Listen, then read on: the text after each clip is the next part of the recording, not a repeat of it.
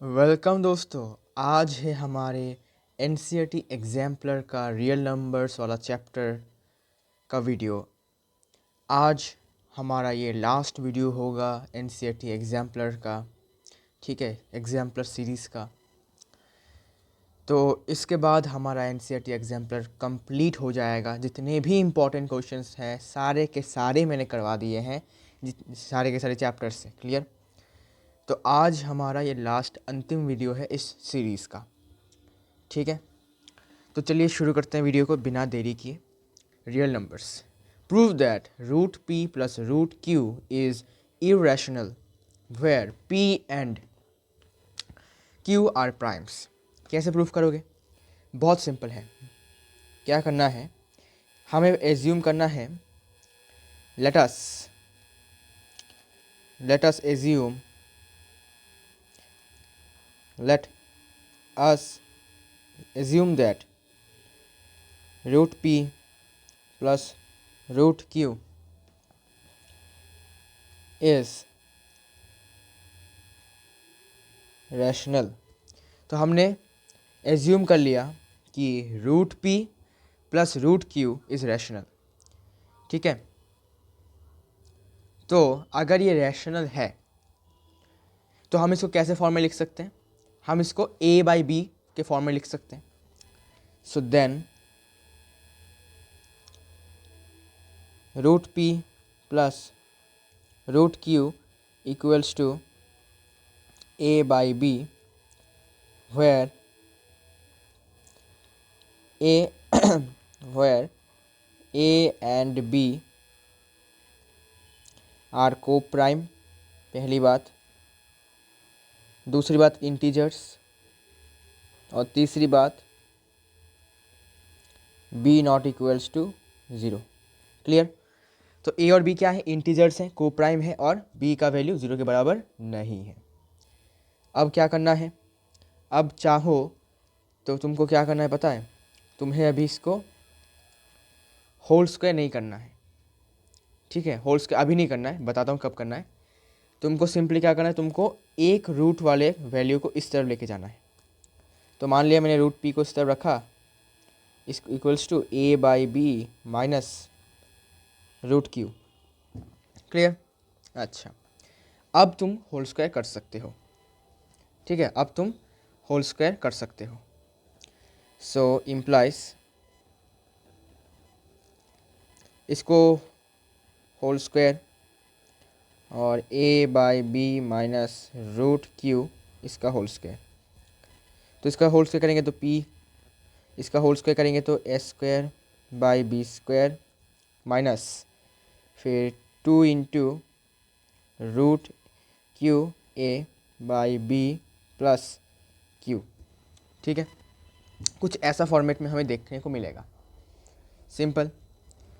अब करना क्या है, अब हमें एक रूट का वैल्यू यहाँ मिला है, इसको हमें इस तरफ लेके जाना है। सो पहले एलसीएम ले लेते हैं। p equals to s square minus, अच्छा रुको, एलसीएम तो बी स्क्वायर होगा, तो बी स्क्वायर को लिख लेते हैं एलसीएम हिसाब से। तो मैंने मान लिया इसको बी स्क्वायर हमारा एलसीएम है, एस स्क्वायर माइनस ये होगा 2 root q a b plus q b square, ठीक है। फिर यहाँ से क्रॉस मल्टीप्लाई करो तो p b square equals to s square minus 2 root q into a b plus q b square. अब इसको हम उस तरह भेजते हैं तो 2 root q a b equals to s square plus q b square minus p b square, ठीक है। अब 2 और ए बी को भेज देते हैं उस तरफ, तो s square plus q b square minus p b square by 2ab, ठीक है। कुछ ऐसा आता है, ठीक है। अच्छा, अब अगर तुम गौर से देखो तो राइट हैंड साइड हमारा पूरा रैशनल आ गया है। कैसे? बिकॉज ए और बी क्या है, ए बी और हमारा पी क्यू सब प्राइम्स हैं, ठीक है। प्राइम्स मतलब यहाँ पर जो भी वैल्यू आएगा वो हमें रैशनल वैल्यू देगा, कोई इरेशनल वैल्यू नहीं देगा। क्यों नहीं देगा? बिकॉज यहाँ इनके साथ कोई इरेशनल वैल्यू नहीं है। रैशनल के साथ अगर इरेशनल वैल्यू आता है तभी हमें वैल्यू इरेशनल मिलता है। अगर रैशनल के साथ रैशनल में वैल्यूज आते हैं, मतलब कुछ भी रहता है, तो हमें रैशनल वैल्यू ही मिलता है। तो यहाँ पर हमें कोई इरेशनल वैल्यू नहीं दिख रहा, तो इस राइट हैंड साइड का वैल्यू जो है वो रेशनल की वैल्यू हो जाएगा। ठीक है। So clearly s square plus q b square minus p b square by 2ab is rational. ठीक है, इज रैशनल बट बट नहीं, also root Q is also rational. ठीक है, कैसे रैशनल हुआ? Because L H S equals to R H S. अगर R H S rational है तो एल एच एस भी रैशनल होगा, लेकिन ये कॉन्ट्रडिक्ट कर रहा है। बट दिस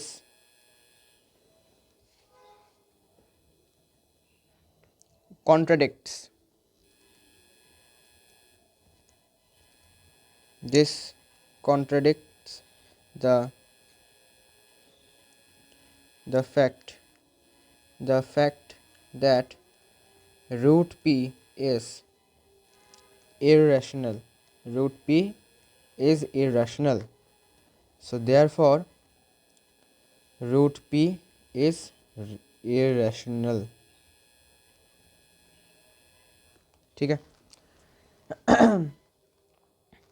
ठीक है।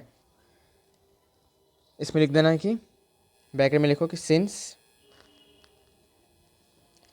p and q are prime numbers। Sorry, यहाँ पर नहीं होगा ये रीज़न, रीज़न इसके ऊपर वाले लाइन में होगा। ठीक है, ये रीज़न जो है ये एक्चुअली इसके ऊपर वाले लाइन में होगा। ठीक है, यहाँ पर, तो ये यहाँ पर रीज़न होगा इसका। ठीक है, कि Q ये रैशनल हुआ बिकॉज P और Q प्राइम नंबर्स हैं। क्लियर, ये है इसका रीज़न। तो root Q is irrational, so आपको लिखना है हैंस रूट P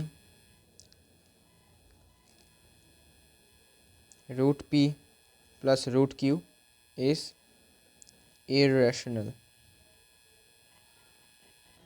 ठीक है, बस इतना ही करना है। ठीक है, बस इतना ही करना है, और कुछ करने की ज़रूरत ही नहीं है। ओके, बस इतना ही करना है। क्लियर, पहले आपको इसको होल स्क्वायर करना है, एक को उधर भेजना है एक रूट को, फिर होल स्क्वायर कर देना है। करने के बाद एक रूट मिलेगा, उसको लेफ्ट हैंड साइड में बिठाओ। बिठाने के बाद राइट हैंड साइड लिखो कि पूरा रैशनल है। कैसे? बिकॉज P और Q प्राइम है। फिर तो इसका मतलब रूट Q जो होगा वो रैशनल होगा, लेकिन एक कॉन्ट्रडिक्ट कर रहा है कि रूट Q जो है वो इरेशनल नंबर है। इसका मतलब root P plus root Q एक इरेशनल नंबर, बस सिंपल। ठीक है, इसको ऐसे प्रूफ किया जाता है। ठीक है, आगे बढ़ते हैं क्वेश्चन नंबर 2 की तरफ। Question number 2. Write the denominator of the rational number this by this in the form 2 to the power m into 5 to the power n, where m and n are non-negative integers. Hence writes its decimal expansion without actual division. ठीक है, इसको कैसे करना है?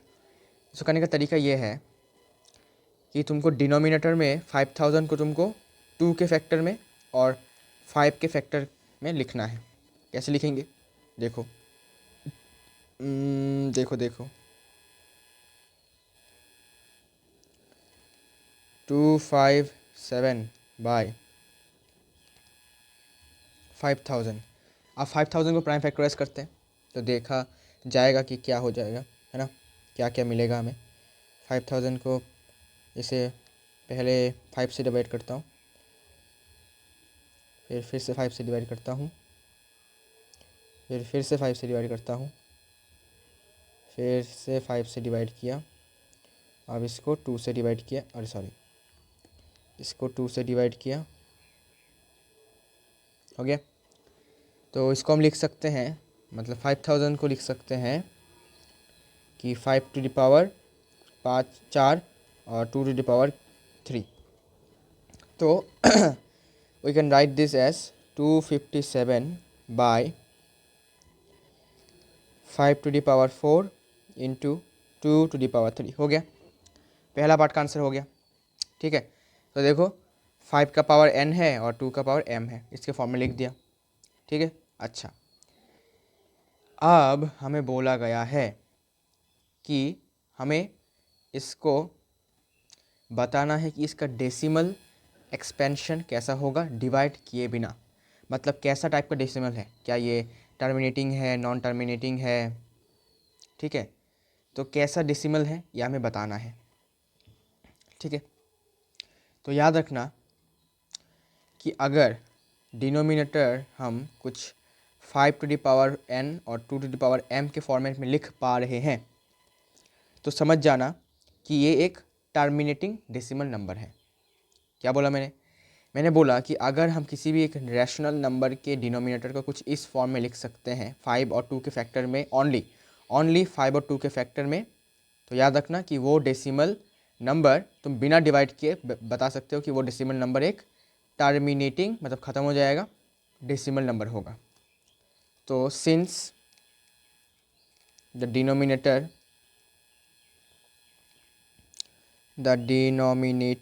Has only factors of 2 and 5, therefore the rational number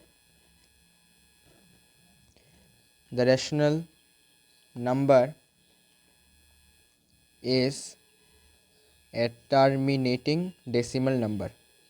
terminating मतलब ख़त्म हो जाएगा कुछ प्लेसेस के बाद, terminating decimal number. Clear, terminating decimal number होगा इसका आंसर। ये फॉर्मूला आपको याद रखना है, मतलब टेक्निक आपको याद रखना है। क्लियर, ठीक है। आई गेस कि टर्मिनेटिंग नॉन टर्मिनेटिंग पार्ट को हटा दिया गया है ओके हमारे एनसीईआरटी से, तो ये क्वेश्चन आएगा नहीं आई गेस, लेकिन फिर भी करके रखते हैं यार, कोई भरोसा तो है नहीं। ठीक है, कि कहाँ से क्या दे दे भाई, बिकॉज बोर्ड्स अभी बहुत ज़्यादा अनएक्सपेक्टेड हो चुका है। ठीक है, पहले से ज़्यादा अनएक्सपेक्टेड हो चुका है ये, क्योंकि देखो पहले तो तुमको पता होता था कि भाई ये इस टॉपिक से हम पढ़ के जाएंगे तो हमें कॉमन मिल जाएगा, लेकिन अभी कॉम्पिटेंसी बेस्ड हो चुका है, केस बेस्ड हो चुका है, तो जिससे कि कोई एक्सपेक्ट नहीं कर पाता है कि भाई यहाँ से क्वेश्चन आ सकते हैं। ऐसा हो सकता है कि कहीं से और से क्वेश्चन दे दिया, पैराग्राफ के फॉर्म में केस बेस्ड बना दिया और आपको पैराग्राफ पढ़ के समझ के लिखना है, तो वो ज़्यादा टफ होता है। ठीक है, इसलिए बता रहा हूँ कि सब कुछ ही करके जाओ, मतलब थोड़ा थोड़ा सब क्वेश्चंस पे थोड़ा थोड़ा अपना प्रैक्टिस करके जाओ, जिससे कि अगर कोई सा भी आउट ऑफ सिलेबस का क्वेश्चन आ जाए तो वो आप कर सकते हो। Clear, on A morning walk 3 persons step off together and their steps measure this respectively. What is the minimum distance each should walk so that each can cover the same distance in complete steps? आपको मैं बता दूं कि LCM और HCF के word problems को करने का तरीका क्या है। पहले डेटा को पढ़ो, डेटा को पढ़ने के बाद समझो कि मुझे डेटा से ज़्यादा वैल्यू चाहिए, डेटा से मुझे ज़्यादा वैल्यू चाहिए या कम वैल्यू चाहिए। ठीक है, क्वेश्चन को पढ़ो, 3 लोग हैं, उन्होंने एक साथ स्टेप किया, तो उनका जो स्टेप्स का मेजर है वो 40 सेंटीमीटर, 42 सेंटीमीटर, 45 सेंटीमीटर है, और कितना मिनिमम डिस्टेंस उसको चलना पड़ेगा जिससे कि उन सबका जो है वो लोग सेम डिस्टेंस कवर करें, जिससे कि वो सेम डिस्टेंस कवर करें इन कॉम्प्लीट स्टेप्स। तो ज़रा सोचो 40, 42, 45, ठीक है, इनसे कम वैल्यू में तो वो लोग कंप्लीट कर नहीं पाएंगे, इनसे ज़्यादा वैल्यू ही कंप्लीट कर पाएंगे, ज़्यादा वैल्यूज़ में। ठीक है ना। So I was talking about that कि 40 सेंटीमीटर, 42 सेंटीमीटर, 45 सेंटीमीटर, हमारा आंसर इन वैल्यूज से क्या आएगा, ज़्यादा आएगा। ऐसा क्यों? बिकॉज 3 लोग थे, उन्होंने एक साथ जॉगिंग स्टार्ट किया या फिर वॉकिंग जो भी बोलो स्टार्ट किया। एक ने इतना डिस्टेंस कवर किया, दूसरे ने इतना, तीसरे ने इतना। तो वो कितना डिस्टेंस होगा जिससे कि जिसको मतलब हर एक पर्सन को चलना पड़ेगा, जिससे कि वो सारे के सारे सेम डिस्टेंस को कवर करे कंप्लीट स्टेप्स में। तो हमें इनसे तो छोटा वैल्यू मिलने नहीं वाला, बिकॉज अगर इनसे छोटा वैल्यू मिलेगा तो ये तीनों सेम डिस्टेंस कवर नहीं कर पाएंगे। ज़रा सोच के देखो, हमें इनसे वैल्यू ज़्यादा चाहिए होगा इस आंसर को सॉल्व करने के लिए। तो जब भी हमें ज़्यादा वैल्यू चाहिए होगा, हाई वैल्यू हमें चाहिए होता है, तो हमें एलसीएम निकालना होता है। ठीक है, याद रखना, लीस्ट कॉमन मल्टीपल के लिए हमें अगर हमें क्वेश्चन का आंसर हाई वैल्यू में चाहिए तो हमें एलसीएम निकालना है। और अगर हमें क्वेश्चन का वैल्यू लो वैल्यू चाहिए क्वेश्चन का आंसर, तो हमें एचसीएफ निकालना है, हाईएस्ट कॉमन फैक्टर। उल्टा याद रखना इसको, क्लियर। तो हमें इसमें ज़्यादा वैल्यू चाहिए तो हमें इसको एलसीएम निकालना पड़ेगा। ठीक है, इसका एलसीएम मुझे निकालना पड़ेगा इस क्वेश्चन में, इन वैल्यूज़ का। ठीक है, so the answer will be LCM of 40, 42, 45। Clear. इनका एलसीएम हमारा मिनिमम डिस्टेंस होगा, clear, equals to minimum distance. ये होगा हमारा आंसर। अब हमें बस 40, 42 और 45 का एलसीएम निकालना है यूजिंग प्राइम फैक्टराइजेशन मेथड। तो देखो 40, 42 और 45, इनको हम प्राइम फैक्टर्स के फॉर्म में लिखते हैं। 40 को लिखा जा सकता है 2 into 20, 2 into 20 means 2 to the power 4 into 10, 2 cube into 5, 2 cube into 5। 42 को लिखा जा सकता है 7 इंटू 6, मतलब 2 into 1, 3 to the power 1 into 7। ठीक है, फिर 45 को लिखा जा सकता है 5 इंटू 3, सॉरी 5 इंटू, सॉरी 5 नहीं, 15 इंटू 3। 15 को लिखा जा सकता है 3 इंटू 5, मतलब 3 स्क्वायर इंटू 5। Clear, okay. अब क्या करना है, अब सब में देखना है कि सब में सब वैल्यूज है कि नहीं। सब में 2 है, नहीं है। इसमें 2 नहीं है तो इसमें 2 टू द पावर 0 से मल्टीप्लाई कर दो, क्लियर। फिर अब सब में 2 है, क्या सब में 3 है, नहीं है, इसमें 3 नहीं है तो इसमें 3 टू द पावर 0 से मल्टीप्लाई कर दो। फिर 5 क्या सब में है, नहीं है, इसमें नहीं है तो इसमें 5 टू द पावर 0 से मल्टीप्लाई कर दो। क्या इसमें 7 है, नहीं है, इसमें 7 टू द पावर 0 से मल्टीप्लाई कर दो। इसमें भी 7 नहीं है, इसमें भी 7 टू द पावर 0 से मल्टीप्लाई कर दो। अब एलसीएम निकालने का तरीका क्या था, एलसीएम मतलब लीस्ट कॉमन फैक्टर, इसलिए हमें फैक्टर्स के हाईएस्ट पावर को चूज़ करना है। LCM of 40, 42, 45। ठीक है, नाम में है लीस्ट। ठीक है, हम इसका उल्टा लेना है, क्या, हमें फैक्टर्स के हाईएस्ट पावर को सिलेक्ट करना है। 2 एक फैक्टर है, इसका हाईएस्ट पावर कौन सा है, 2 क्यूब मतलब 3, तो 2 क्यूब कब लेना है, इनटू 3 का हाईएस्ट पावर कितना है, स्क्वायर मतलब 2, है ना। फिर 5 का हाईएस्ट पावर कितना है, 5 का हाईएस्ट पावर 1 ही है तो 5 ही लेना है। इसके बाद 7 का हाईएस्ट पावर कितना है, 1 है तो उसको हमें लेना है। सो 8 इंटू 9 इंटू 5 इंटू 7। क्लियर। इसको अगर तुम मल्टीप्लाई करोगे तो तुमको मिलेगा 2520 सेंटीमीटर में लिखना मत भूलना। तो इतना मिनिमम डिस्टेंस सबको कम वॉक करना पड़ेगा जिससे कि वो सेम डिस्टेंस कवर करे कंप्लीट स्टेप्स में। ठीक है, ओके। अच्छा, ये होगा इसका आंसर। ठीक है, तो क्वेश्चन को पढ़ के समझना पड़ेगा कि तुमको हाईएस्ट वैल्यू चाहिए या लोएस्ट वैल्यू चाहिए। तो मैं बता देता हूँ, एक ट्रिक है। ठीक है, आई गेस बहुत टीचर्स ने आपको बोला भी होगा। अगर आपको हाई वैल्यू चाहिए आंसर का तो आपको बताना पड़ेगा, आपको निकालना पड़ेगा, पता क्या है, एलसीएम निकालना पड़ेगा आपको। और अगर आपको लो वैल्यू चाहिए आंसर का, ठीक है, क्वेश्चन का अगर आपको लो वैल्यू चाहिए, ठीक है, क्वेश्चन में अगर गिवन है तो आपको एचसीएफ निकालना है। क्लियर। ये बातें याद रखना, बस इसी बातों से आपको वर्ड प्रॉब्लम जो है वो आराम से आपका हो जाएगा। ठीक है, अगर आपको दिक्कत है तो आप डाउट्स पूछ सकते हो। ठीक है, तो ये है वो टेक्निक जिससे कि आप एचसीएफ एलसीएम के क्वेश्चंस को कर सकते हो। अगर क्वेश्चन को पढ़ के आपको लग रहा है कि हाई वैल्यू चाहिए मुझे आंसर, तो आपको एलसीएम निकाल लेना है। अगर आपको लो वैल्यू चाहिए तो आपको एचसीएफ निकाल लेना है। बस यही टेक्निक है, इस टेक्निक से आपको सॉल्व करना है क्वेश्चंस को। क्लियर? ये मैंने साइड में लग दिया है। अब क्वेश्चन नंबर 4 की तरफ बढ़ते हैं। क्वेश्चन नंबर 4 बहुत ज़्यादा इंपॉर्टेंट क्वेश्चन है। ऐसे क्वेश्चन हमेशा एक ना एक आते ही रहते हैं कि show that 12 to the power n can not end with the digit 0 और 5 for any natural number n। तो इसका आंसर मैंने बताया भी था एनसीईआरटी एग्जाम्पल में, 4 के साथ था, 4 टू द पावर n। तो इसे करने का टेक्निक ये है कि 12 टू द पावर n को आपको लिख सकते हो कैसे, 2 टू द पावर, अगर मैं 2 करूँ और 3 करूँ, इसका whole to the power n। Because अगर हम 12 को प्राइम फैक्टराइज करेंगे तो क्या मिलेगा हमें, 6 इंटू, अच्छा 6 नहीं, 4 इंटू 3, तो 4 को लिख दिया 2 स्क्वायर और 3 को 3 लिखा, whole to the power n। ठीक है, ऐसा हम लिख सकते हैं इसको। ठीक है, तो यहाँ पर अब इसको लिखोगे फिर से 2 to the power 2n into 3 to the power n। ठीक है, एक्सपोनेंट्स का हमने फॉर्मूला लगा लिया है। ठीक है, अच्छा, तो हमने देखा कि 12 का जो फैक्टर है उसमें 2 है और 3 है, और उसके पावर में कुछ है, वो हमें कुछ भी हो सकता है। ठीक है, लेकिन फैक्टर में सिर्फ 2 और 3 है।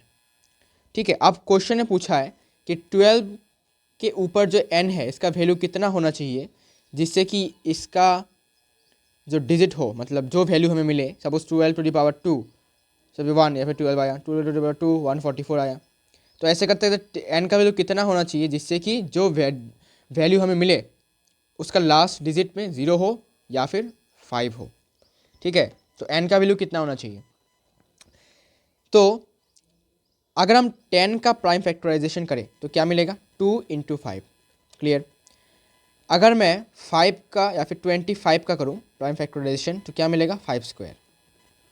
अगर मैं 200 का करूं तो क्या मिलेगा, 2 इंटू 100, मतलब 2, फिर 2, फिर 50, फिर 2 स्क्वायर इंटू 5 स्क्वायर इंटू 2, मतलब 2 क्यूब इंटू 5 स्क्वायर, 25 इंटू 8। ठीक है, 25 इंटू 8, हाँ ठीक है। तो देखो, जितने भी 0 से एंड होने वाले नंबर्स हैं या फिर 5 से एंड होने वाले नंबर्स, एक और ले लेता हूँ, 35, 5 इंटू 7। तो जितने भी 5 से एंड होने वाले या फिर 0 से एंड होने वाले नंबर्स हैं उनका फैक्टर में या तो 2 है या फिर 5 है, या तो 2 है या फिर 5 है, या फिर दोनों ही है। ठीक है, जैसे कि 5 से एंड होने वाले में सिर्फ 5 है और 0 से एंड होने वाले में 2 और 5 दोनों है। ठीक है, 2 और 5 लेने हैं, जैसे 10 में देखो 2 और 5 दोनों है, मतलब 2 और 5 के बिना क्या होगा, ये नंबर 0 से एंड नहीं हो सकता।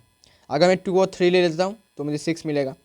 अगर मैं 2 और 4 ले लेता हूँ मुझे 8 मिलेगा। अगर मैं 2 और 7 ले लेता हूँ मुझे 14 मिलेगा। लेकिन मुझे 10 तभी मिलेगा जब मैं 2 और 5 लूँगा, मतलब मुझे लास्ट के डिजिट में 0 तभी मिलेगा जब मेरा फैक्टर में 2 और 5 एक साथ होंगे। अगर 2 और 5 के अलावा कोई और होता है तो मुझे कभी भी वो डिजिट 0 से एंड होता हुआ नहीं दिखेगा।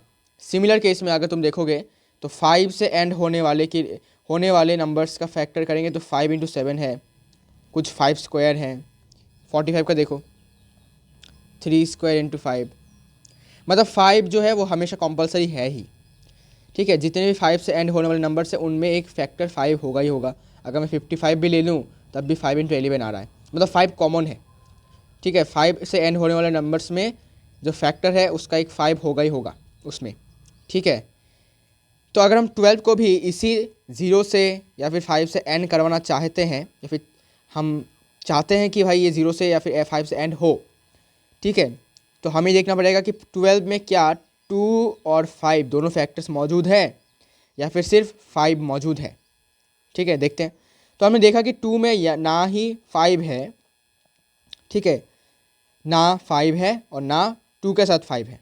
2 है लेकिन 2 के साथ 5 नहीं है, 2 के साथ 3 है, मतलब ये 0 से एंड नहीं हो सकता। और अगर इसको 5 से एंड होना पड़े तो इसके फैक्टर में 5 होना ज़रूरी है, जो कि यहाँ पर नहीं है। तो 12 के फैक्टर में सिर्फ 2 है और 3 है, जो इस नंबर को 0 से या फिर 5 से एंड करवाने में सक्षम नहीं है। बिकॉज अगर 5 से एंड करवाना होगा या फिर होना है, अगर 5 से एंड करवाना है इसको, तो इसके लिए इसके फैक्टर में एक 5 का होना ज़रूरी है। और अगर 0 से एंड करवाना हो तो 5 के साथ 2 का होना भी ज़रूरी है।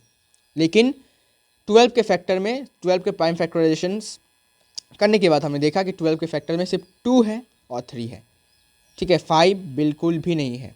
इसका मतलब तुम n का वैल्यू कुछ भी दे दो, ये कुछ ना कुछ वैल्यू देगा, लेकिन वो 0 या फिर 5 से एंड नहीं करेगा।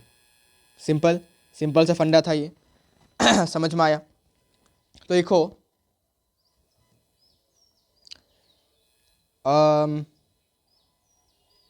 if any number is divisible by 5, then its last digit is either 0 और 5। हमें बताइए कि अगर कोई सा भी नंबर 5 से डिविजिबल हो तो उसका लास्ट डिजिट या तो 0 होता है या फिर 5 होता है। ठीक है, मतलब क्या कि जैसे 10 ये डिविजिबल है 5 से, इसका लास्ट वैल्यू, लास्ट डिजिट क्या है, 0 से है। अगर मैं ले लूँ अभी 5, इसका लास्ट डिजिट क्या है, लास्ट डिजिट 5 है। अगर मैं ले लूँ 135, ये भी 5 से डिविजिबल है। अगर मैं ले लूँ 1350, ये भी 5 से डिविजिबल है। तो लास्ट का डिजिट में 5 और 0 होने से ये 5 से डिविजिबल होता है। ठीक है, अच्छा, इसका मतलब 12 टू द पावर n, ठीक है, ये भी 5 से डिविजिबल होगा। या फिर कह सकते हो कि इसके भी एंड के डिजिट में 0 या फिर 5 होगा। कब? जब ये 5 से डिविजिबल होगा, ऐसे भी कह सकता हूँ मैं। ठीक है, बिकॉज 5 से डिविजिबल होने वाले नंबर से क्या होता है, उनके लास्ट में 0 या फिर 5 होता है। खैर, अब आगे बढ़ते हैं। तो in order to end the 12 to the power n digit with 12 to the power n number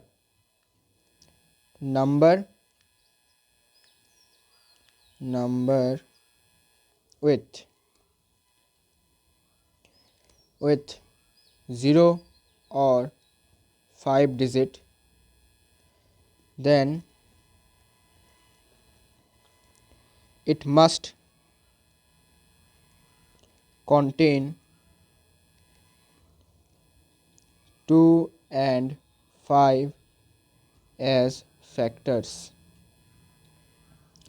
ठीक है, तो मैंने लिखा है कि अगर 12 to the power n number को डिजिट 0 या फिर 5 से एंड करवाना है तो उसमें मस्टली 2 और 5 एज फैक्टर्स होने ज़रूरी है, मस्ट है ये, इसके बिना होगा नहीं।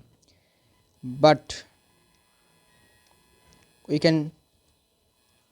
can clearly see that 12 to the power n has 2 and 3 as its factors. Clear? Which means it won't end with a digit 0 और 5। ठीक है, इसका मतलब क्योंकि उसमें 5 फैक्टर नहीं है, बिकॉज 2 और 5 का होना ज़रूरी है, लेकिन इसमें सिर्फ 2 और 3 है। ठीक है, इसके फैक्टर के हिसाब से, तो इसलिए ये कभी भी 0 या फिर 5 से डिविजिबल नहीं जाएंगे। अब बोलोगे तुम इतना श्योर कैसे हो कि 0 और 5 से डिविजिबल नहीं हो सकते? बिकॉज 12 का कोई और प्राइम फैक्टराइजेशन भी तो हो सकता है ना। ऐसा भी क्वेश्चन कर सकते तुमको कि भाई हमें तो पता है कि 12 का प्राइम फैक्टराइजेशन 4 × 3 है। अब इसको तो हम 3 × 2 भी लिख सकते हैं, या फिर 6 × 2 भी लिख सकते हैं। तो ऐसे करके कुछ और प्राइम फैक्टराइजेशन नहीं होगा क्या, जिससे कि हम इसको लिख सकते हैं किसी, मतलब इसमें 0 का, या सॉरी इसमें एक 5 का फैक्टर होगा। जैसे कि हम 10 को लिख सकते हैं 10 × 1, या फिर 5 × 2, या फिर 2 × 5, ठीक है ना, कुछ ऐसे ऐसे लिख सकते हैं। तो हम 12 को भी तो लिख सकते हैं कि 6 × 2, 3 × 4, फिर 4 × 3, फिर 2 × 6, फिर और क्या लिख सकते हैं भाई इसको, 2 × 6, 3, कुछ ऐसे फॉर्म में लिख सकते हैं। तो क्या 12 को भी हम किसी और एक फॉर्म में ऐसे कुछ 5 × 2 के साथ फैक्टर में नहीं लिख सकते क्या, ठीक है। तो इस बात को हमें प्रूफ करना पड़ेगा, मतलब कि हम बहुत ट्रू है इसको प्रूफ करने के लिए। एंड आपको लिखना पड़ेगा, एंड अकॉर्डिंग टू फंडामेंटल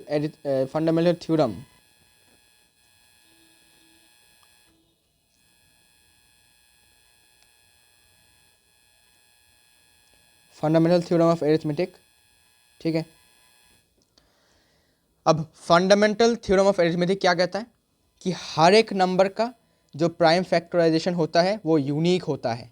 और यूनिक का मतलब आपको हमेशा पता ही होता है, यूनिक का मतलब ये दुनिया में करोड़ों में, मतलब दुनिया में एक ही पीस है, ओनली वन पीस, इसको हम कहते हैं यूनिक, है ना। इसको ही हम कहते हैं यूनिक, मतलब दुनिया में सिर्फ और सिर्फ एक ही पीस है। वैसे ही हर एक इंडिविजुअल नंबर का अपना खुद का एक प्राइम फैक्टराइजेशन होता है जो सबसे यूनिक होता है, सबसे सबसे यू कैन से अलग होता है, और इसके जैसा और कोई नहीं होता। मतलब 12 का जो प्राइम फैक्टराइजेशन 4 × 3 है, या फिर 2 × 6 है, ठीक है, ऐसा प्राइम फैक्टराइजेशन और किसी भी नंबर का आपको नहीं मिलेगा। जब भी आप 2 × 6 करोगे आपको 12 ही मिलेगा, ना कि आपको 10 मिलेगा, ठीक है, ना कि आपको 22 मिलेगा, या फिर 20 मिलेगा, या फिर 67 मिलेगा, या फिर 168 मिलेगा, या फिर 159 मिलेगा, ठीक है। तो वैसे ही 12 का प्राइम फैक्टराइजेशन 2 × 5 नहीं हो सकता, वैसे ही 10 का प्राइम फैक्टराइजेशन भी 2 × 6 नहीं हो सकता। क्लियर। तो हर एक नंबर का प्राइम फैक्टराइजेशन एक यूनिक होता है। तो उसी कारण से 12 में तुमको 5 का फैक्टर कभी देखने को नहीं मिलेगा, कभी भी नहीं, बाई चांस भी नहीं, ठीक है। इसलिए according to fundamental theorem of arithmetic every composite number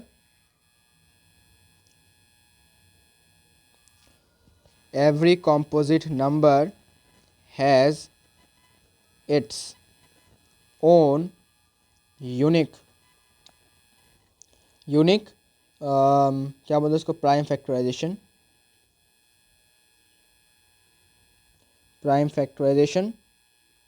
so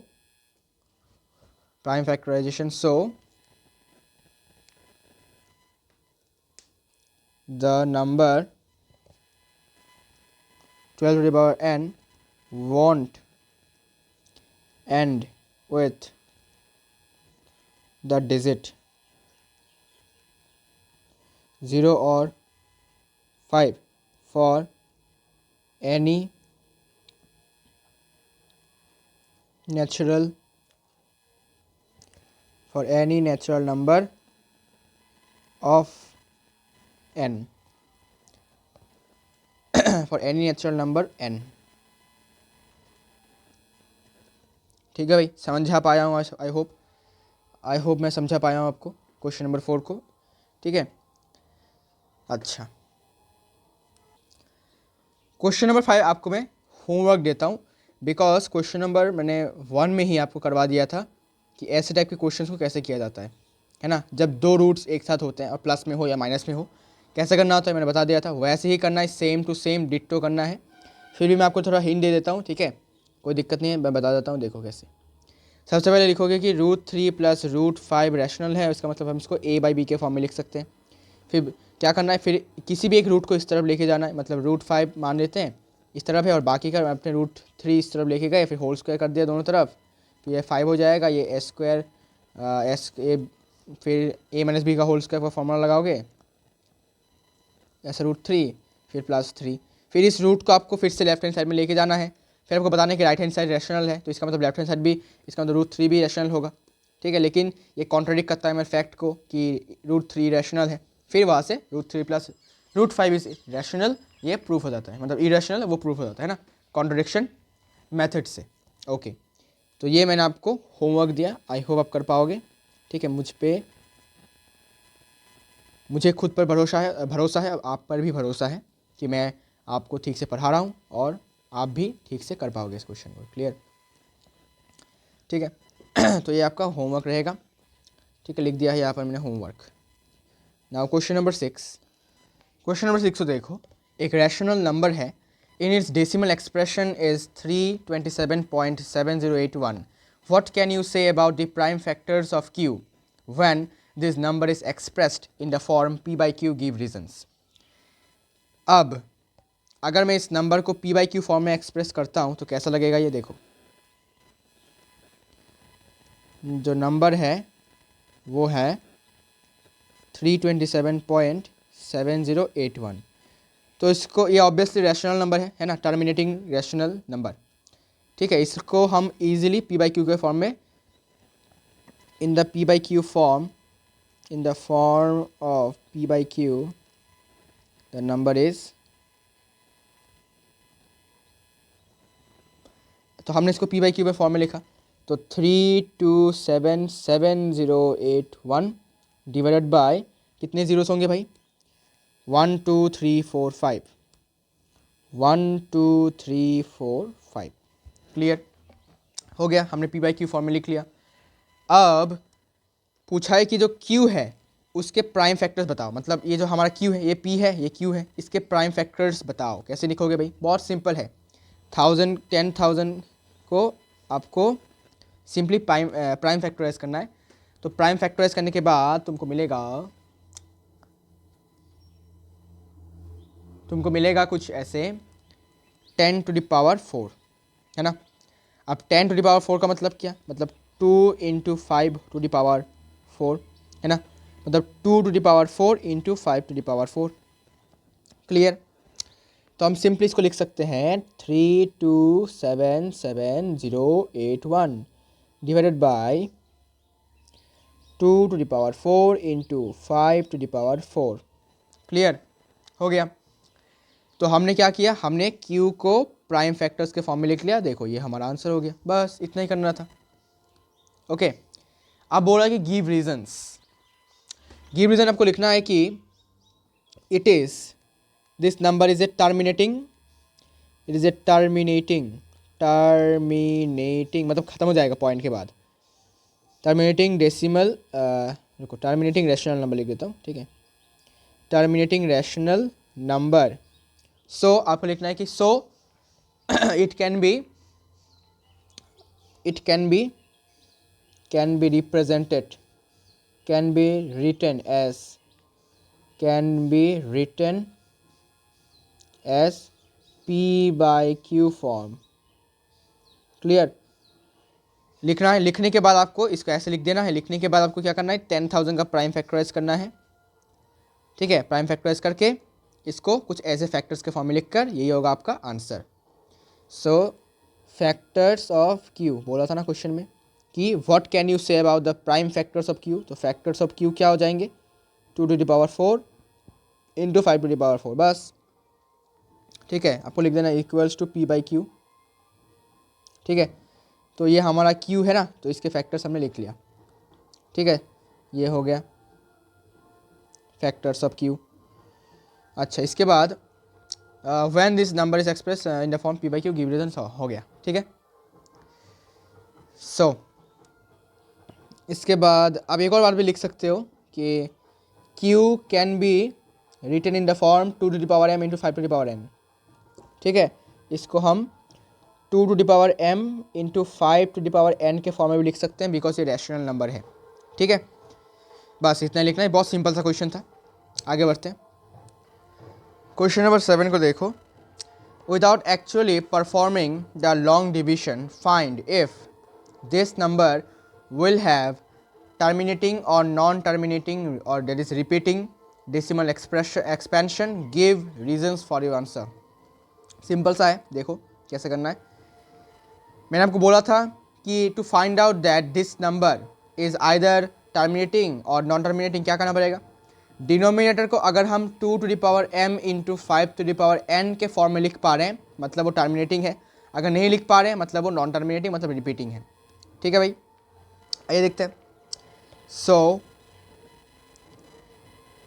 for a decimal number और decimal expansion, for a decimal expansion to be repeating to be terminating the denominator must be हाँ या फिर need to be need to be नहीं,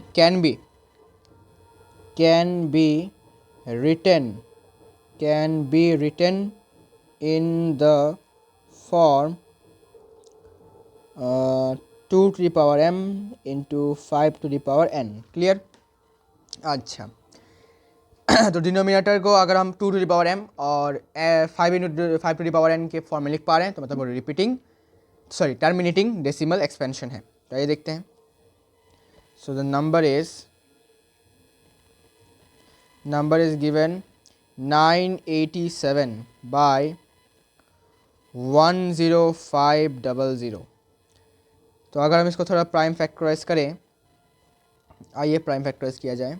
कहाँ गया, हाँ 10500, 2 से divide किया 5 फिर 250। क्लियर। फिर रुको,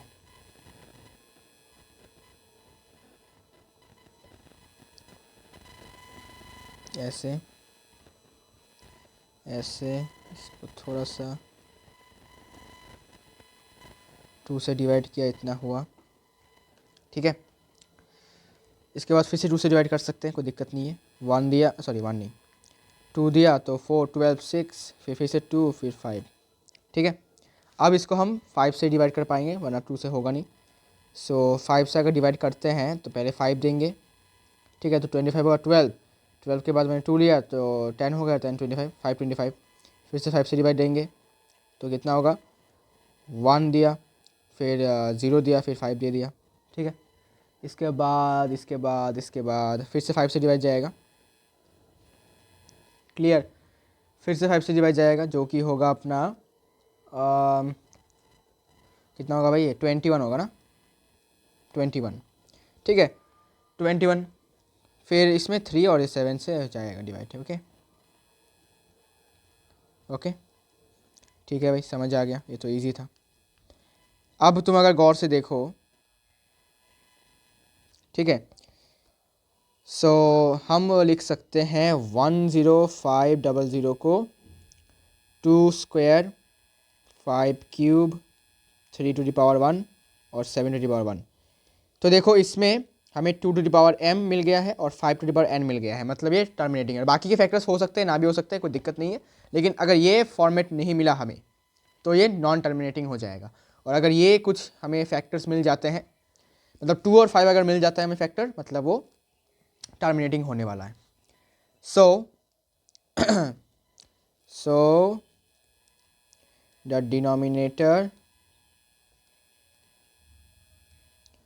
डिनोमिनेटर has factors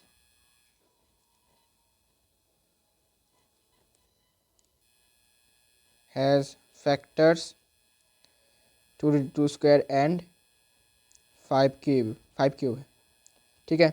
सो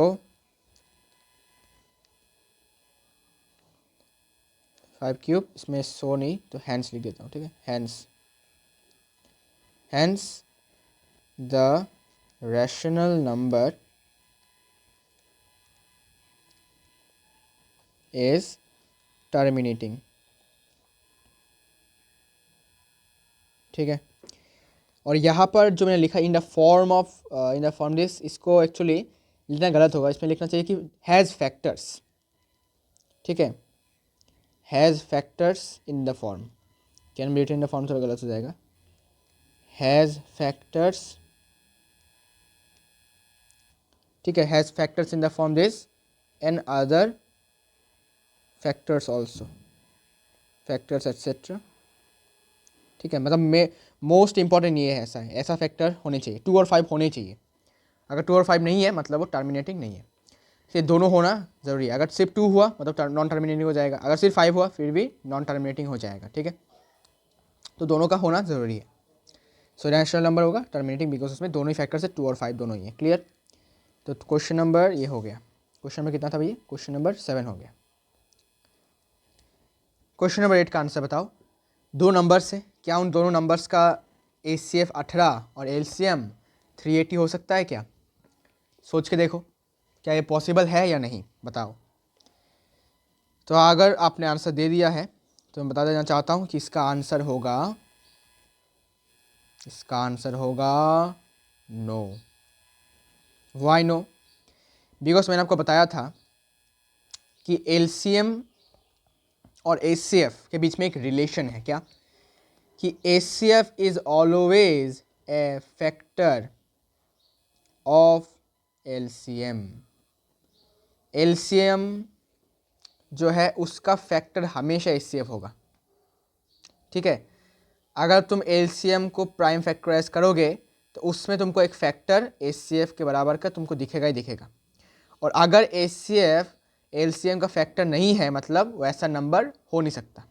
ठीक है, दुनिया में जितने भी नंबर्स हैं उन सब मतलब जितने भी पेयर ऑफ नंबर्स हैं या फिर जितने भी तुम नंबर सिलेक्ट करोगे उनका ACF हमेशा उनके LCM के इस फैक्टर के बराबर हो, मतलब फैक्टर होगा ही होगा। अगर फैक्टर नहीं हुआ मतलब दोनों नंबर्स के ACF और LCM ऐसे नहीं हो सकते। तो आंसर नो होगा। और रीज़न ये होगा बिकॉज ACF is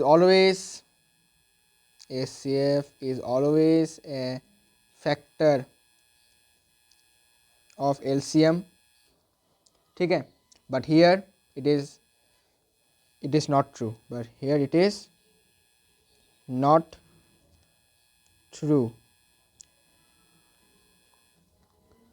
ठीक है भाई, मतलब यहाँ पर ये सच नहीं है कि ACF और LCM, ACF जो है LCM के फैक्टर है, यहाँ पर ये ट्रू नहीं है, मतलब ये नो होगा आंसर। क्लियर। तो ऐसे दो नंबर्स के ACF 18 और LCM 380 नहीं हो सकता बिकॉज ACF हमेशा LCM का फैक्टर रहेगा। अगर फैक्टर नहीं है मतलब वो ऐसे नंबर्स हो नहीं सकते। क्वेश्चन नंबर 9 को देखो। Explain why 3 × 5 × 7 + 7 is a composite number. Composite number किसे कहते थे? जिनके पास एक से ज़्यादा या फिर दो से ज़्यादा फैक्टर्स हो। ठीक है, मोर देन 2 फैक्टर्स। ओके, एक से ज़्यादा नहीं, सॉरी 2 से ज़्यादा, 2 से ज़्यादा फैक्टर्स होने वाले नंबर्स को हम कॉम्पोजिट नंबर कहते हैं। तो हमें बताना है कि क्यों कॉम्पोजिट नंबर है। बहुत सिंपल है। तो देखो 3 × 5 × 7 + 7। तो मैंने क्या किया, मैंने 7 कॉमन ले लिया तो यहाँ पर हो गया 3 × 5 + 1। फिर यहाँ से हो जाएगा ये 15 + 1, 7 × 16। अब 16 को हम फिर से प्राइम फैक्टराइज करेंगे जो कि हो जाएगा 7 × 4 × 4। ठीक है, 16 को हम प्राइम फैक्टराइज करेंगे 4 × 4। अब इसको फिर से फैक्टराइज करो तो 2 × 2, ये फिर से 2 × 2 है ना। 4 को फैक्टराइज किया 2 × 2 और फिर से एक और 4 को किया 2 × 2। तो इस नंबर के कितने फैक्टर्स हुए? 1 2 3 4 5। तो क्लियरली इसके 5 फैक्टर्स हैं। ठीक है, जो कि 2 से ज़्यादा है। इसका मतलब क्या कि एक कॉम्पोजिट नंबर है। So since this number has 5 factors and a number which has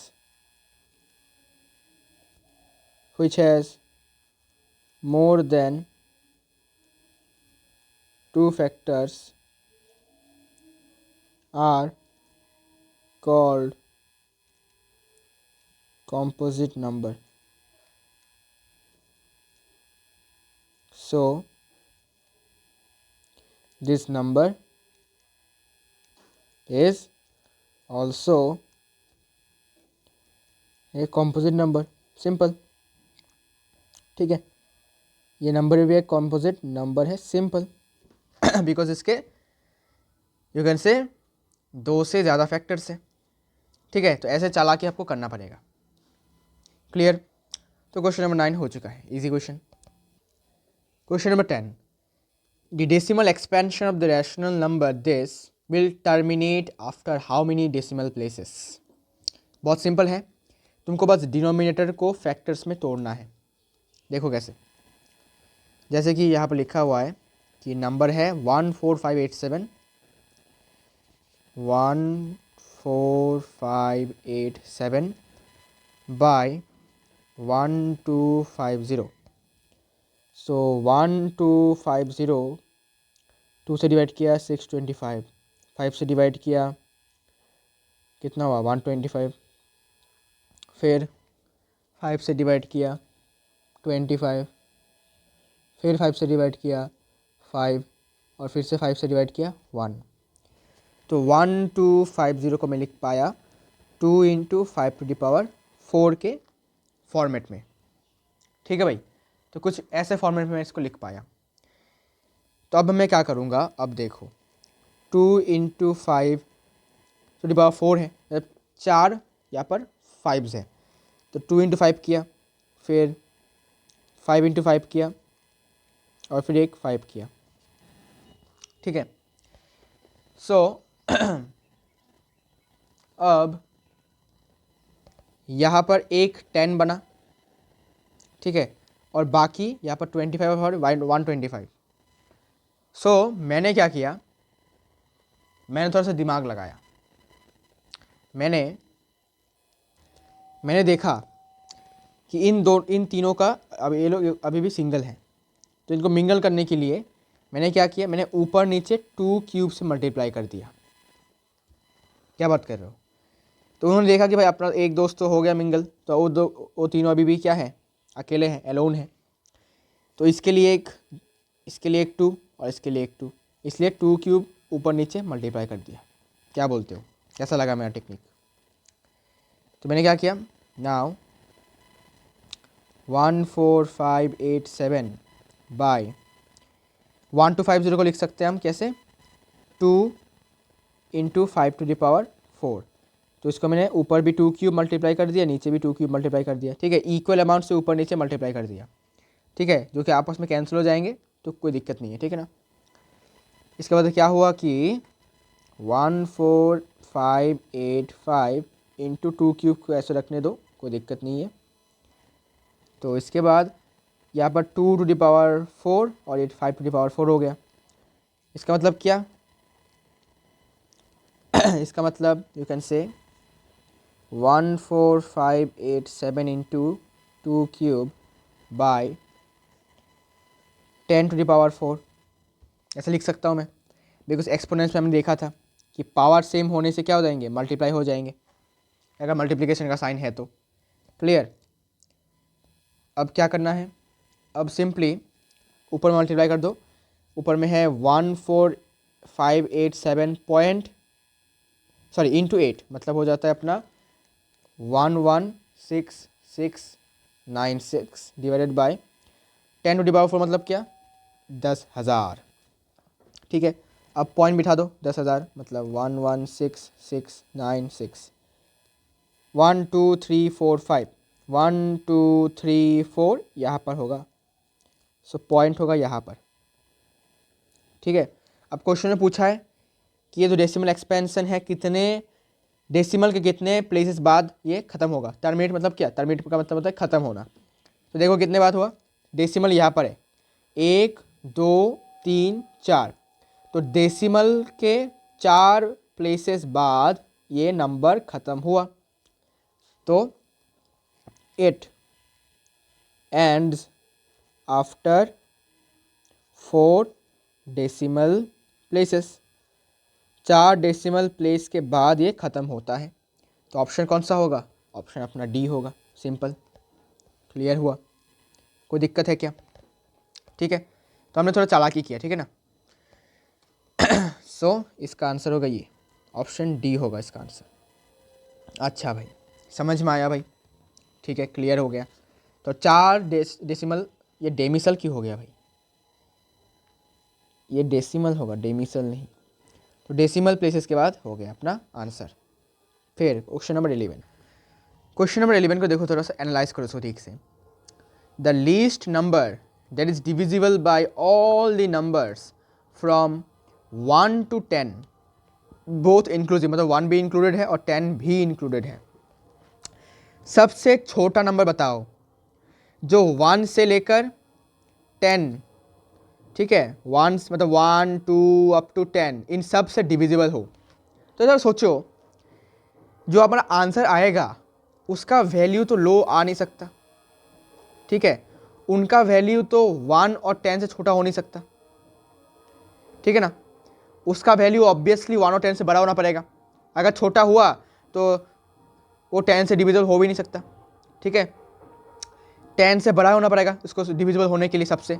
अच्छा 1 से हो गया सपोज डिविजिबल, 2 से हो गया, 3 से हो गया, लेकिन 4 से डिविजिबल नहीं हो गया, डिविजिबल नहीं है 4 से, फिर 5 से भी डिविजिबल नहीं है, ठीक है, तो छोटा वैल्यू तो हो नहीं सकता, तो स्मॉल वैल्यू तो इसका आंसर हो नहीं सकता।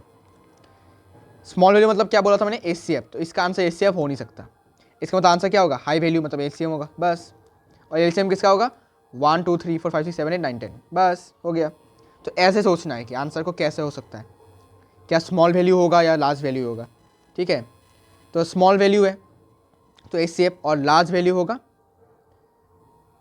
तो तुम्हारा एलसीएम, ठीक है। अब लार्ज वैल्यू है यहाँ पर, तो लार्ज वैल्यू होने के कारण यहाँ पर आपको लिखना पड़ेगा क्या बोलते हैं उसको, एलसीएम, एलसीएम ऑफ 1 2 3 4 5 6 7 8 9 10। क्लियर, बहुत सिंपल है। क्या करना है देखो 1 को मैंने लिखा 1 इंटू 1, 2 को लिखा 2 को लिखा 2 इंटू 1, 3 को लिखा मैंने 3 इंटू 1, 4 को लिखा मैंने 4 इंटू 1, 5 को लिखा मैंने 5 इंटू 1, 6 को लिखा मैंने 2 इंटू 3 इंटू 1, फिर 7 को लिखा मैंने 7 इंटू 1, 8 को लिखा मैंने 2 क्यूब इंटू 1, फिर 9 को लिखा मैंने 3 स्क्वायर इंटू 1, फिर 10 को लिखा मैंने 2 इंटू 5, ठीक है।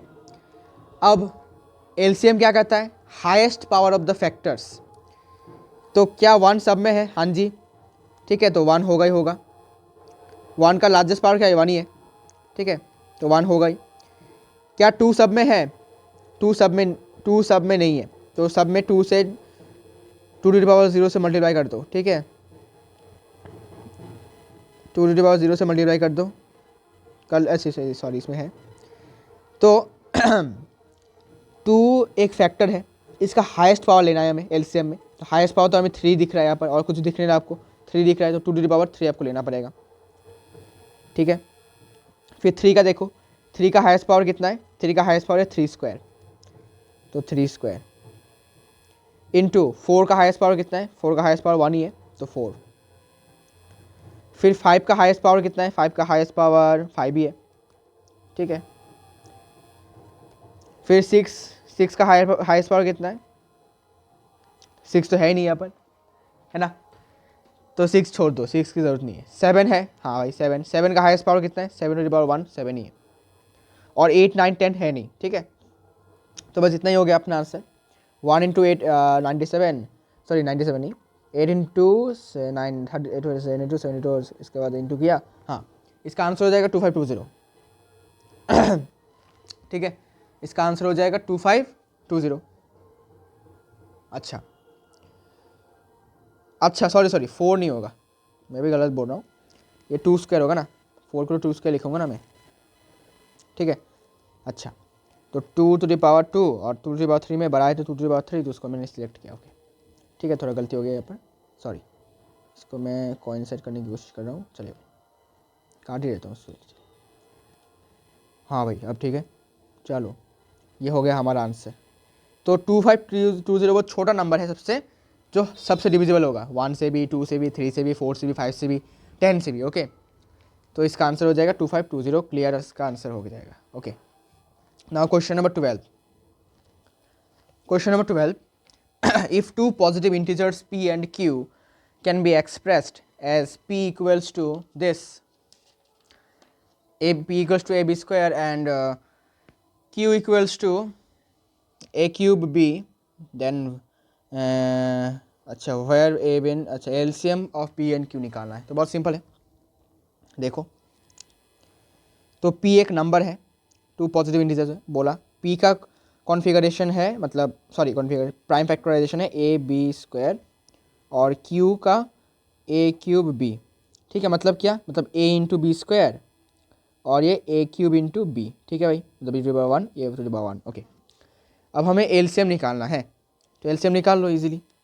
LCM of P and Q, P and Q. अब आपको पी के फैक्टर्स पता है, क्यू के भी फैक्टर्स पता है, क्वेश्चन में गिवन है। तो एलसीएम मतलब क्या, लीस्ट कॉमन फैक्टर, मतलब highest power of the factors. A एक फैक्टर है, इसका हाईएस्ट पावर 3 है, तो ए क्यूब आपको लेना पड़ेगा यहाँ पर। फिर बी एक फैक्टर है, बी का हाईएस्ट पावर 2 है, तो बी स्क्वायर लेना पड़ेगा आपको। तो ए क्यूब बी स्क्वायर, ये आपका एलसीएम हो जाएगा, ऑप्शन सी हो जाएगा आपका आंसर। बस सिंपल, ठीक है, सिंपल क्वेश्चन और बहुत सिंपल सा आंसर, कोई घबराने वाली बातें नहीं है। क्लियर। नाउ क्वेश्चन नंबर 13, बहुत ज़्यादा इंपॉर्टेंट क्वेश्चन है। देखो, the largest number which divides 70 and 125 leaving remainders 5 and 8 respectively, वो क्या होगा। तो जब भी ऐसे रिमाइंडर वाले क्वेश्चन आएंगे तो 5 को इससे माइनस कर दो और 125 मतलब 8 को 125 से माइनस कर दो, फिर जो वैल्यू जो नंबर्स आएंगे, ठीक है, उनका आपको एचसीएफ कर देना है, बस यही होगा आंसर। ये बस ट्रिक बताया मैंने, ठीक है। जब भी क्वेश्चन में रिमाइंडर वाले क्वेश्चन में आएंगे, इससे इसको माइनस करो, इससे इससे माइनस करो करके जो वैल्यूज आएंगे, एक्स और वाई मान लेते हैं इसका, जो वैल्यूज आएंगे उनका एचसीएफ कर दो, बस। तो देखो, सो गिवन इज, तो पहले जो नंबर्स होंगे वो होंगे, पहले तो 70 से 5 माइनस करो 65, और 125 से 8 को माइनस करो जो कि होगा 117। क्लियर।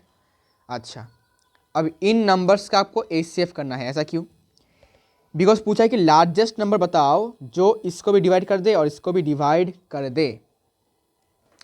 अब यहाँ पर बोला है कि जो इसको डिवाइड करे, ठीक है, इससे डिवाइड नहीं हो रहा है, इसको डिवाइड करना है, ठीक है। जैसे कि क्वेश्चन, इसका क्वेश्चन क्या था, इसमें बोला है कि ऐसा नंबर बोलो जो इनसे डिविजिबल हो, मतलब ये खुद डिविजिबल है, ठीक है। और यहाँ पर पूछा है कि जो इन दोनों नंबर्स को डिवाइड करे, तो डिवाइड होने में और डिवाइड करने में डिफरेंस है, ठीक है। तो डिवाइड करना जब होगा तब इनसे तो बड़ा वैल्यू हो नहीं सकता।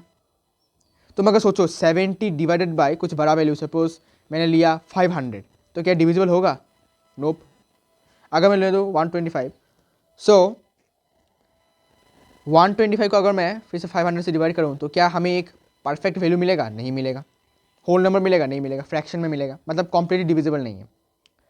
इसका मतलब क्या कि 70 और 125 से छोटा वैल्यू मिलेगा, हमें छोटा वैल्यू चाहिए हमें, और स्मॉल वैल्यू की जब भी बात होगी तब एचसीएफ हमें निकालना पड़ेगा, बस सिंपल सिंपल।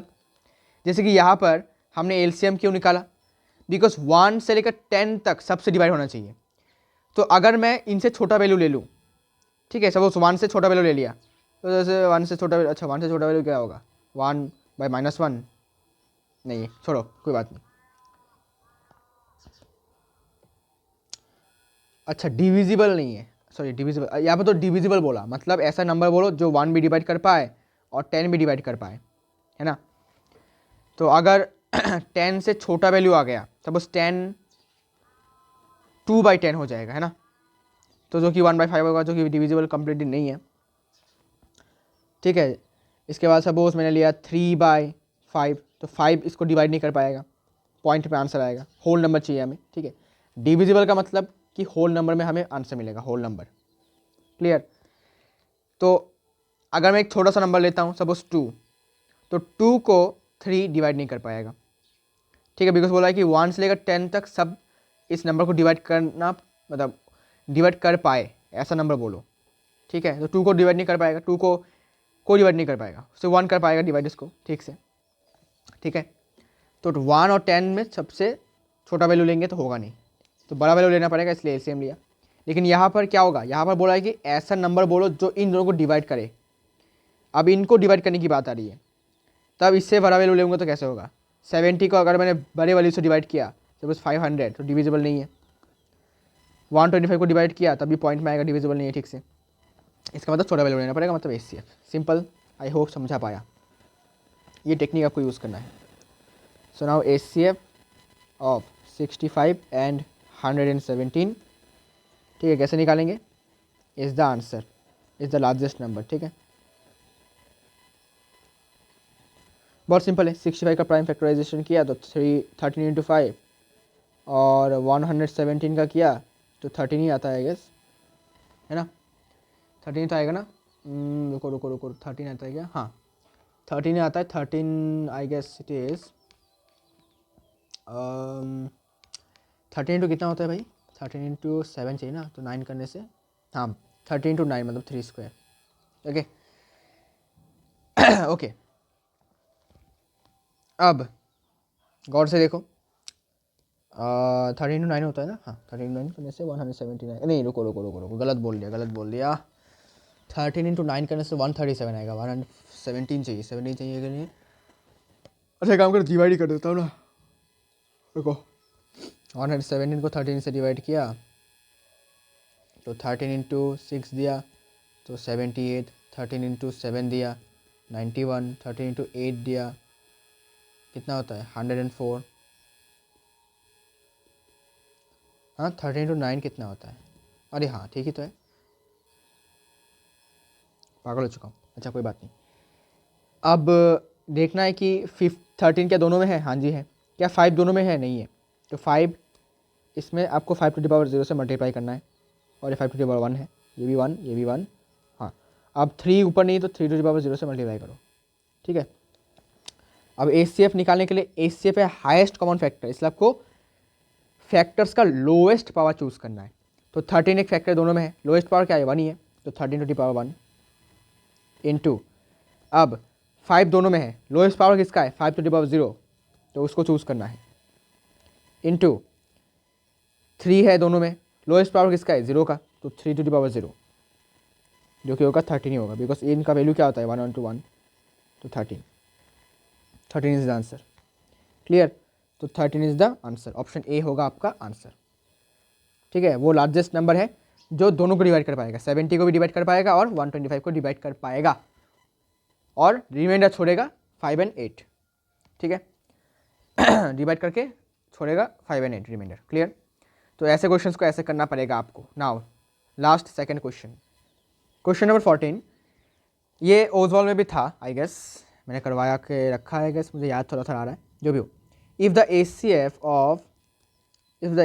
ऑफ 65 एंड 170, अब ये भी किया एचसीएफ, देखो सेम नंबर का एचसीएफ किया लॉल, is expressible in the form this, then find the value of m. बहुत सिंपल है, बहुत पहले तुमको 65 और 117 का एचसीएफ निकालना है। ठीक है, 65, 117 एचसीएफ अभी निकाला, 13 होगा।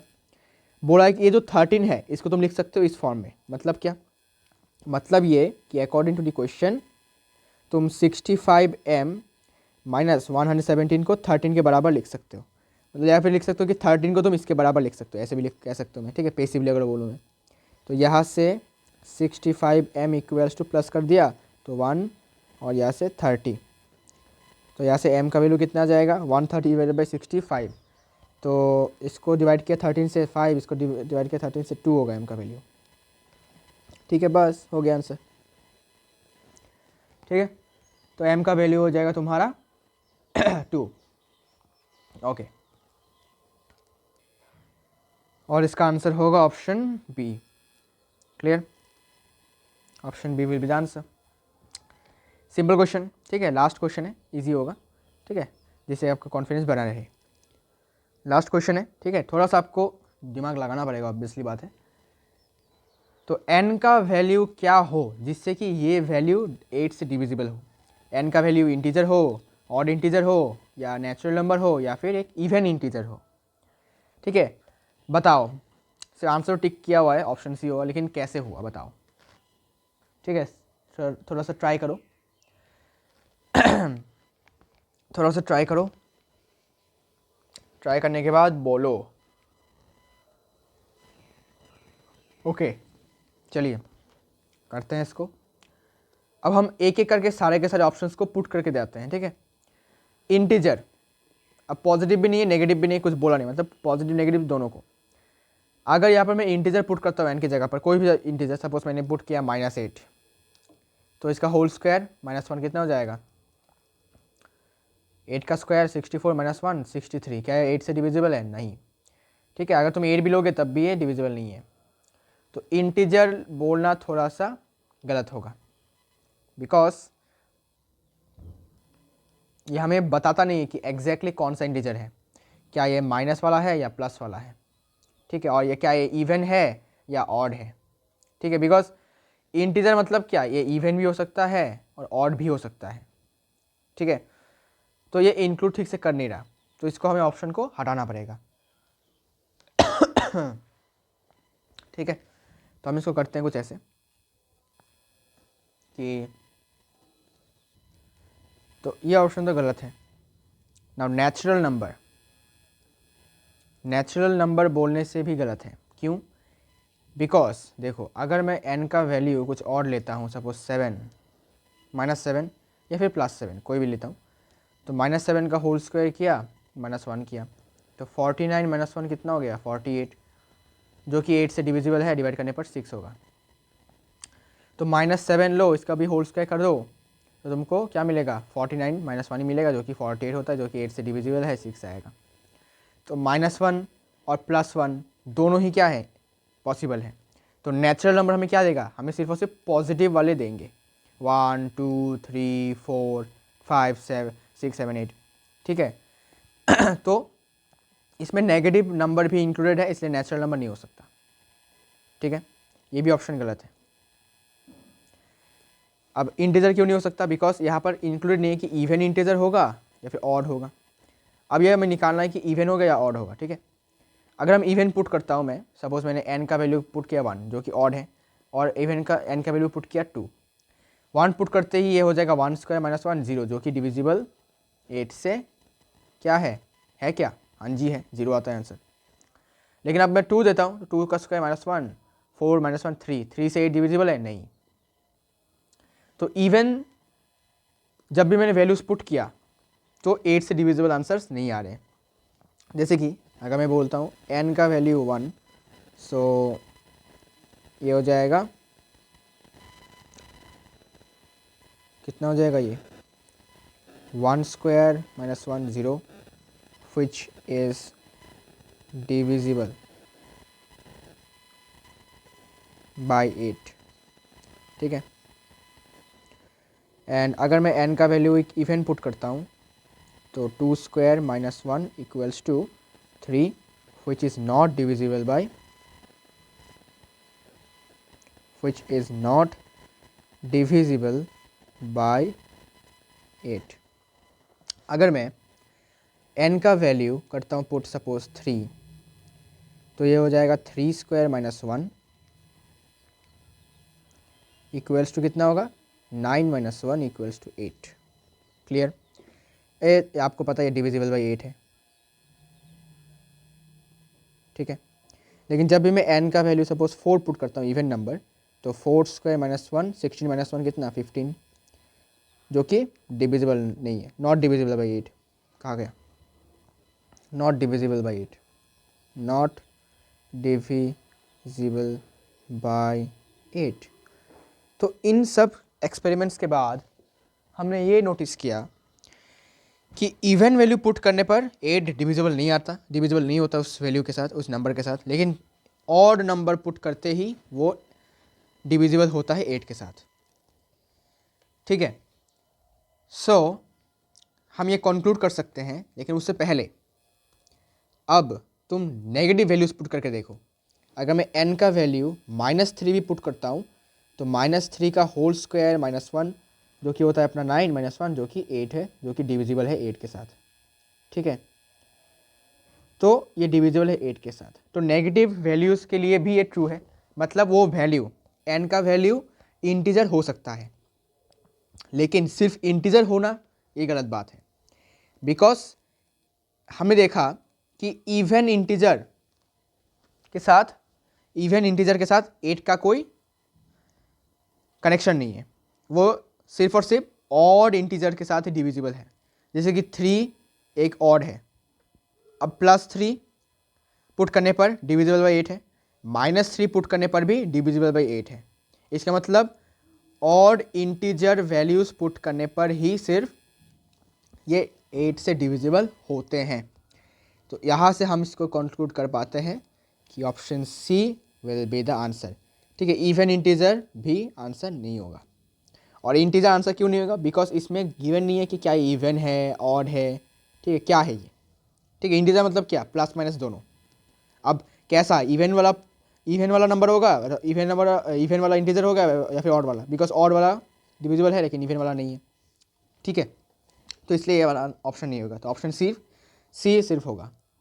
ठीक है, option c will only the answer will be the only answer of this question. तो दोस्तों, इसी के साथ हमारा ये जो चैप्टर है ये हमारा आज ख़त्म होता है। हमारा एनसीईआरटी एग्जाम्पलर का जो सीरीज़ था, ठीक है, प्लेलिस्ट में आप देख सकते हो। आपके लिए प्लेलिस्ट में मैंने सारे के सारे वीडियोस को एकदम अच्छे से सजा कर रखा है। अगर आपको प्रॉब्लम हो रहा है मेरे वीडियोस को ढूंढने में, ढूंढ के निकालने में, तो प्लेलिस्ट है यार, प्लेलिस्ट मैंने बना के रखे हैं अच्छे अच्छे। उन पे जाकर तुम्हें बस एक क्लिक में तुमको जितने भी मतलब यू कैन से वीडियो से उसके रिलेटेड सब मिल जाएंगे। जैसे मैं होमोलोगस सीरीज़ केमिस्ट्री का होता है, ठीक है ना, उसमें सारे के सारे सेम फंक्शनल ग्रुप के लोग वहाँ होते हैं। तो वैसे ही मैंने भी जितने भी सेम कैटेगरी के वीडियोस है सब प्लेलिस्ट में बना के रखे हैं। तो सिंपली जाकर देखो। और मेरे जो मेन पेज है, जो मेन चैनल है, होम पेज है, उसमें तुमको बहुत टाइप के वीडियोस मिल जाएंगे। मतलब मिक्स्ड है, इसलिए तुमको समझ नहीं आएगा कि कौन सा कहाँ पर है। इसलिए प्लेलिस्ट देखो, प्लेलिस्ट इज़ बेटर ऑप्शन। तो इसी के साथ हमारा यहाँ पर एनसीईआरटी एग्जाम्पलर टोटली ख़त्म होता है। ठीक है,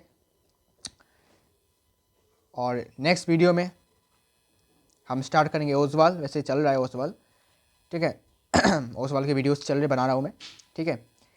और इसी के साथ हमारा मैथमेटिक्स का एनसीईआरटी बुक पूरा, सॉरी एनसीईआरटी एग्जाम्पलर बुक का जितने भी इंपॉर्टेंट क्वेश्चन है सारे के सारे डन हो चुके हैं। और एक वादा मैंने किया था आप लोगों से कि जो दुनिया के जितने भी इंपॉर्टेंट क्वेश्चंस हैं वो सब आपको मैं एक ही पेज पे, मतलब एक ही वीडियो पे आपको मिला के दूंगा। सिर्फ क्वेश्चन लिख के दूंगा या फिर लिखा हुआ होगा, आपको स्क्रीनशॉट ले लेने हैं और उसको प्रैक्टिस करना है। आंसर मैंने ऑलरेडी करके रखा है, और अगर नहीं किया है तो कमेंट्स करो कि ऐसे इस वाले क्वेश्चन का आंसर नहीं हुआ है या फिर कर नहीं पा रहे हो, तो मैं कर दूँगा, वीडियो बना दूँगा सेपरेटली। सो क्या करते हैं, अलविदा कहते हैं इस चैप्टर को, इस पूरे सीरीज़ को। आज के इस प्यारे से वीडियो के साथ प्यारे से वीडियो को एंड करते हैं, ठीक है। तो मिलते हैं नेक्स्ट वीडियो में, नेक्स्ट टॉपिक के साथ मिलते हैं, है ना। चलिए, बाय बाय।